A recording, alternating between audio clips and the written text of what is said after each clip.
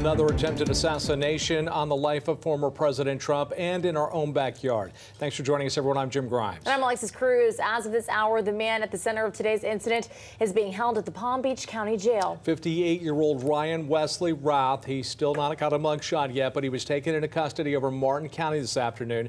We've learned that Routh had a criminal history, including a 2002 conviction for possession of a weapon of mass destruction. He's a construction worker from North Carolina, and he happened to be living in Hawaii. He is suspected of hiding in the bushes behind a fence at Trump's private golf course, armed with a high-powered rifle. Mr. Trump was playing a round of golf at the time at his Trump International Golf Club that's located just off Summit Boulevard, just south of Palm Beach International Airport. Mr. Trump is safe and sound, and tonight the security at his Mar-a-Lago home in Palm Beach has been beefed up on land and in the intercoastal behind his estate. The former president taking the incident in stride, posting on social media, "Nothing will slow him down," writing in part, quote, "I will always love you for supporting me," unquote. And this is video of the sheriff's deputies responding to that incident earlier today around 2 o'clock. Moments after it all happened, Palm Beach County deputies, they put out an all-points bulletin looking for Routh, who had sped away in his car and had been heading north. Now, Martin County deputies, they eventually found him, pulled him over just northbound on I-95, and you can see it was a big deal. A lot of police response. It was described as a relatively calm and uneventful arrest. However, the huge police response there had led to them having to shut down traffic for at least more than an hour. Authorities are now investigating whether or not Routh had acted alone, and was he able to get so close to carrying out his plan. CBS 12's Al Peffley is joining us live near Trump International with more on the events of the day and what officials had said during their news conference earlier. Al? Jim, the former president is safe and unhurt tonight after a man with an assault rifle was spotted in the bushes near the golf course where Trump was playing golf here earlier this afternoon. That man, identified as Ryan Wesley Routh, is now in custody. Officials say a gunman with an assault rifle got within 300 to 500 yards of where former President Donald Trump was playing golf at Trump International Golf Club in West Palm Beach. A Secret Service agent who was on the golf course, one hole ahead of where Trump was playing, noticed the barrel of a rifle sticking through a fence. He noticed that the rifle was pointed out. Our agents engaged. We are not sure right now if the individual was able to take a shot at our agents. And he was able to spot this rifle barrel sticking out of the fence and immediately engage that individual, at which time the individual took off. The Secret Service fired 4 to 6 shots at the gunman, who had an AK-47 style rifle, 2 backpacks containing ceramic tiles, and a GoPro camera. After the Secret Service shot at the man, a witness saw the gunman running out of the bushes and then getting into a black Nissan. They were able to take a photo of the vehicle and license plate to share with sheriff's deputies. A license plate reading device picked up the car in Martin County, about 30 miles north of West Palm Beach, where the man was taken into custody by deputies there. Should security have been tighter around the golf course when Trump was there? He's not the city president. If he was, we would have had this entire golf course around it. Well, because he's not, the security is limited to the areas that the Secret Service deems possible. So I would imagine that the next time he comes at a golf course, there'll probably be a little bit more people around the perimeter. It's not clear what the gunman's motive was. The Secret Service did exactly what they should have done. They provided exactly what the protection should have been, and their agent did a fantastic job. The threat level is high. We have increased the amount of assets that we've supported, so we live in danger times.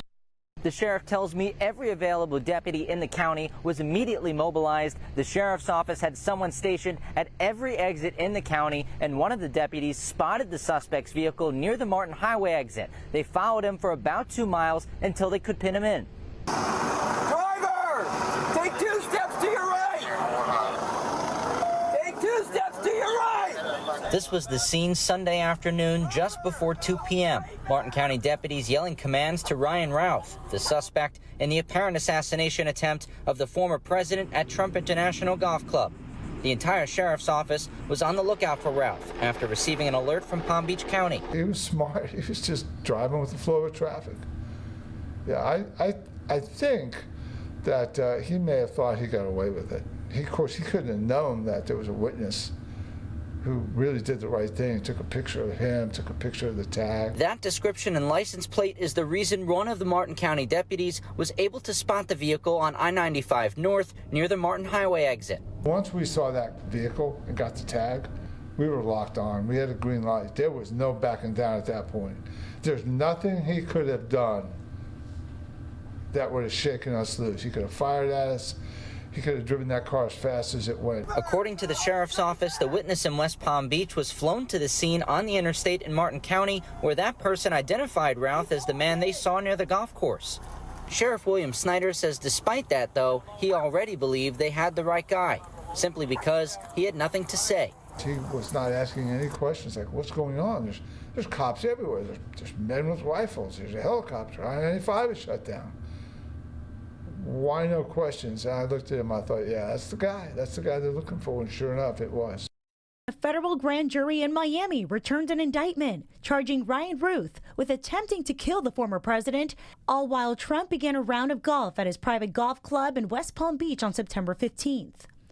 According to the indictment, now unsealed documents, there are 2 other charges added: possession of a firearm in furtherance of a crime of violence and assaulting a federal officer. Routh was originally charged with 2 gun-related offenses, including removing the firearm's serial number and possessing a firearm while a convicted felon. Attorney General Merrick Garland said at a news conference earlier today, investigators uncovered information about the alleged attempt in the last few days and was included in court records at his detention hearing on Monday. The Justice Department would spare no resource to ensure accountability in this matter. Since then, our prosecutors and agents, only 10 days ago, our prosecutors and agents have been working around the clock to discover the necessary evidence to ensure accountability. Garland says the Justice Department will work with state officials.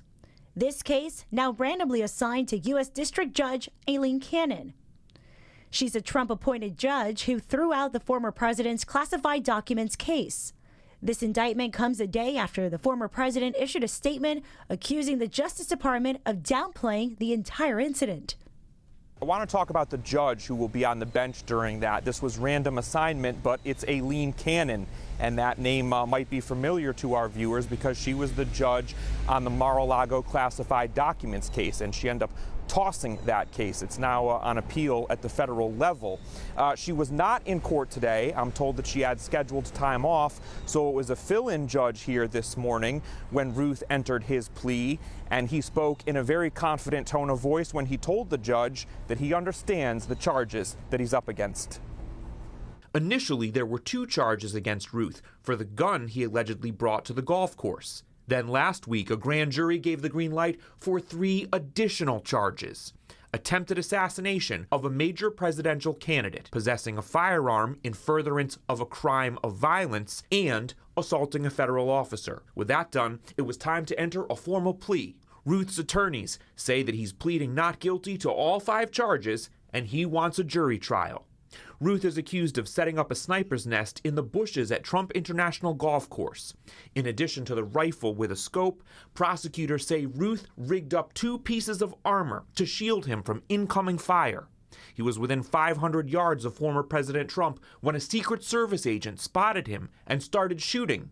Routh fled, but a witness saw him getting into his car and took pictures.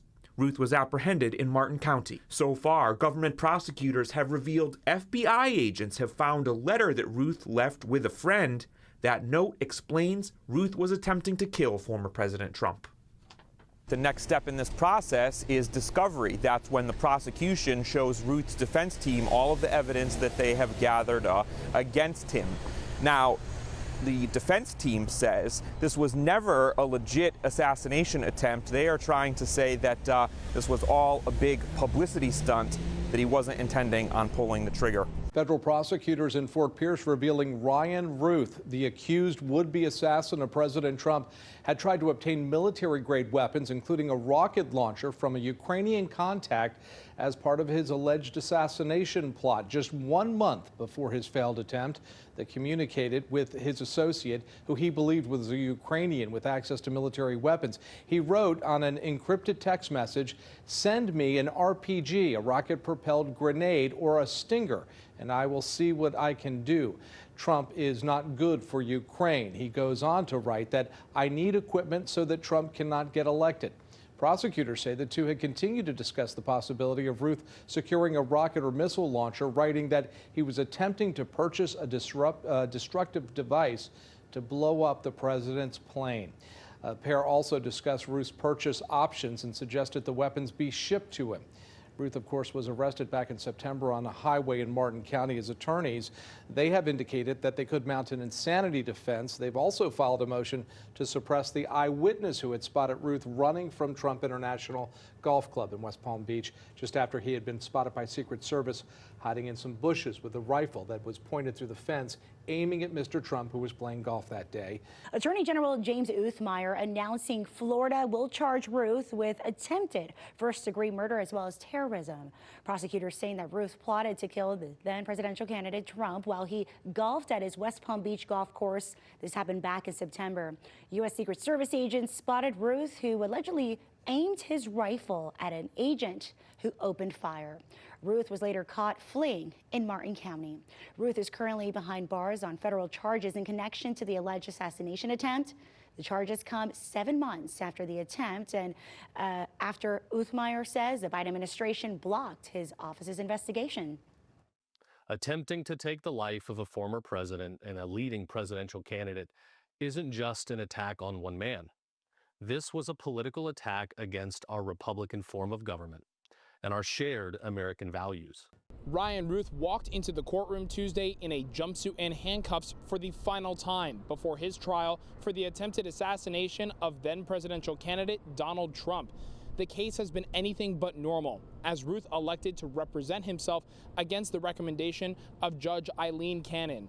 After an overview of the last hearing, one of these issues prosecutors addressed was clothing. Justice Department prosecutor John Shipley says his team uncovered communication between Routh and Routh's daughter about slogans on the clothes Routh will be wearing during proceedings. This was strictly barred by Judge Cannon in an earlier hearing.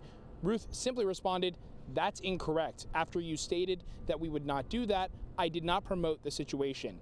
He didn't deny the slogan's existence, and Judge Cannon instructed that his clothes followed the previous instructions. In the second half of today's hearing, the prosecution argued that Routh's preliminary witness list now included over 10 new witnesses that weren't previously approved.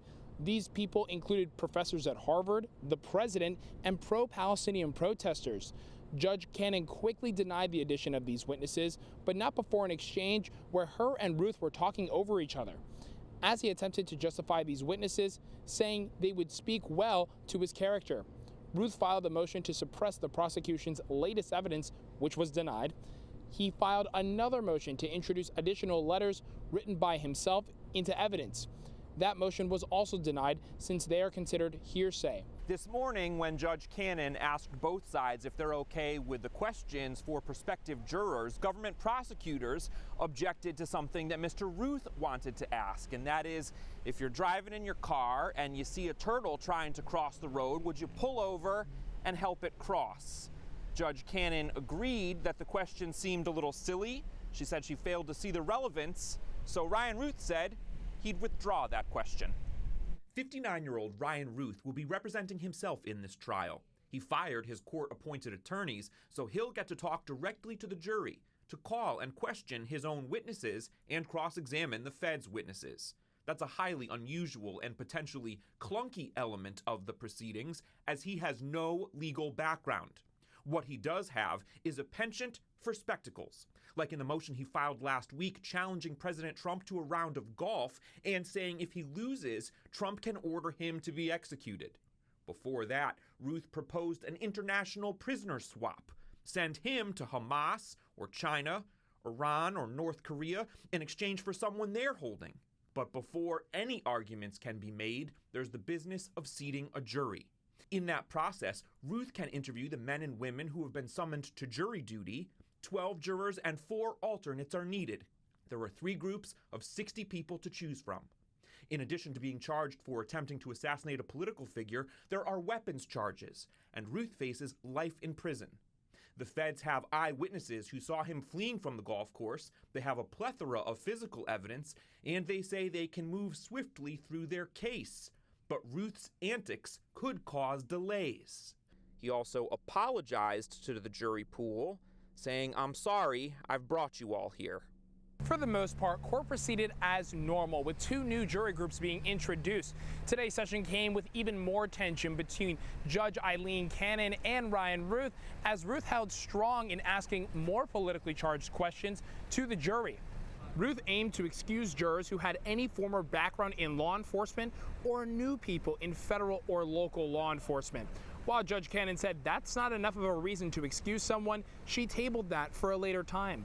One potential juror in particular expressed her admiration for the current president, saying, quote, "I am MAGA and I love my president."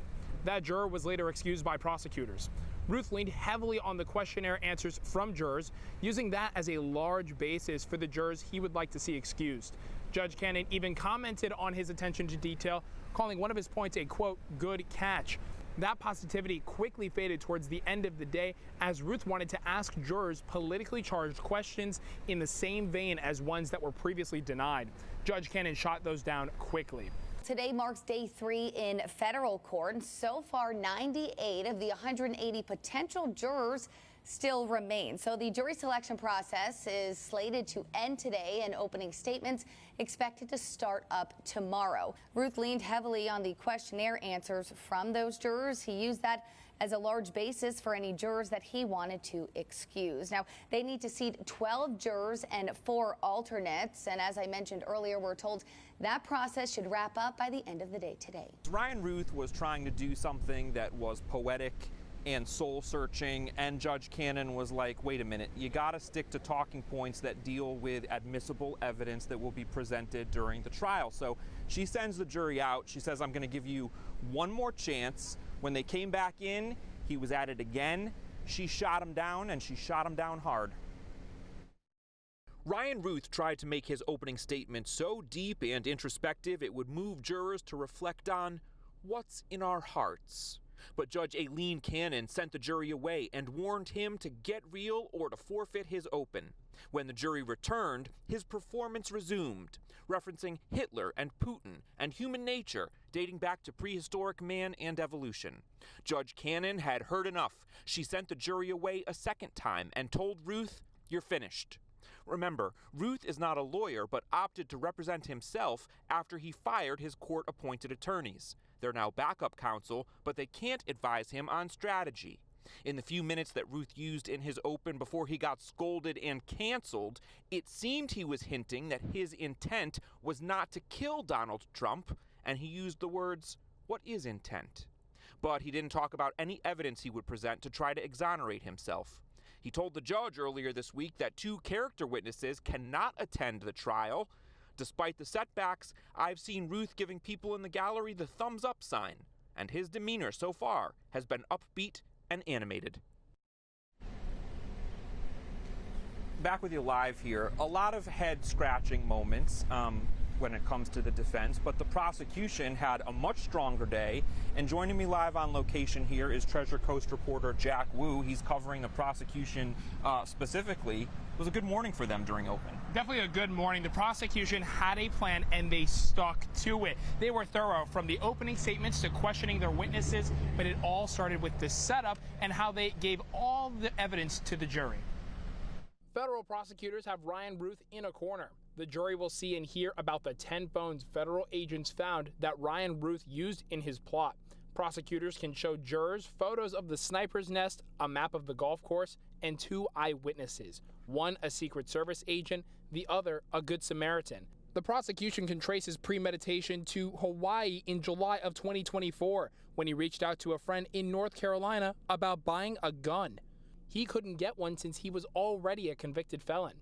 Then comes the list Routh made of supplies he needed for his stakeout, including non-perishable food items and diapers. The investigation then revealed Routh was moving around the country using 3 aliases: Brian Olson, John White, and John Smith. Routh had so many identities to keep track of, he tried to stay organized by keeping a written list of the fake names and which stolen license plates they coincided with.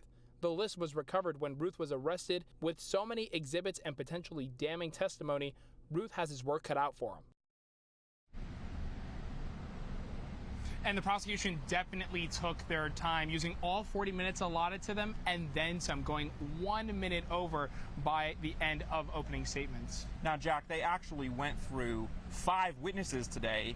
They said that that's quicker than they anticipated, and that's probably because when it was time for Routh to cross-examine the prosecution's witnesses, there was some floundering, didn't really know how to proceed. But let's talk about that first witness. Robert Furcano, he was the Secret Service agent that saw the rifle poking through the bushes. How did you think his testimony went? Not only was he exact in the details in which he gave, but he was firm in his statements. He gave a very detailed, time-coded account of everything that happened that day, from when he noticed the rifle peeking out of the fence to everything that he did after that. And then when it came time for Routh to cross-examine him, he did not falter on any of those statements, even when Routh tried to push him a little bit. Right. And then they got through 4 more witnesses, an additional Secret Service agent, 2 FBI agents, and the Good Samaritan who had the wherewithal to write down Ryan Routh's license plate, and that was integral in deputies later being able to apprehend him. So, Jim and Liz, testimony will continue tomorrow. It's going to be more FBI agents on the stand, and we'll be following this closely. Well, more than once, Routh apologized in court for not knowing what to do. Now, our team inside the courtroom here behind me describes his opening statements as a dramatic, colorful speech he began to read poetically. That was until the judge cut him off and told him, stick to the evidence. Now, Routh tried to make his opening statements deep and introspective to make the jurors reflect, but Judge Eileen Cannon sent the jury away and warned Routh to get real or forfeit his open. When the jury returned, the performance continued with Routh at one point referencing Hitler and Putin. Judge Cannon heard enough, sent the jury away a second time, and told Routh he was done.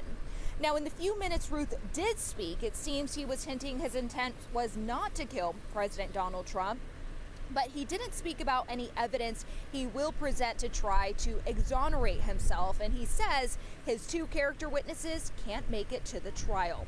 Lily, Routh has seemingly given up on the small talk, the antics, and really those personal questions during cross-examination. He even opted not to cross-examine one of the Palm Beach County deputies that was at the scene of the crime the day it happened. The prosecution is presenting a mountain of evidence today. Routh started off the day by actually issuing an apology to Judge Eileen Cannon for using his advising counsel for strategy instead of the procedural purposes that they're meant for. Judge Cannon seemingly dismissed this and got started with the day. That's when the prosecution started moving lightning quick, getting through 2 witnesses in just the first hour. This is normally the time where Routh would be asking those personal questions or things that are off topic, but today was different. While all those questions may have not landed or been specifically answered, he tried to make them at least partially relevant to the expertise of those individual witnesses. Many people who took the stand today all mentioned one common piece of evidence: Vienna-style sausages, and we saw those in opening statements when the prosecution showed us a picture of those sausages with Routh, as well as pictures of those sausages at the crime scene. So still definitely a lot of witnesses left to go. We're still at the courthouse right now because those witness testimonies are still underway, and we're going to be bringing you all the latest updates as they become available. For now, reporting in Fort Pierce, I'm Jack Wu, CBS 12 News.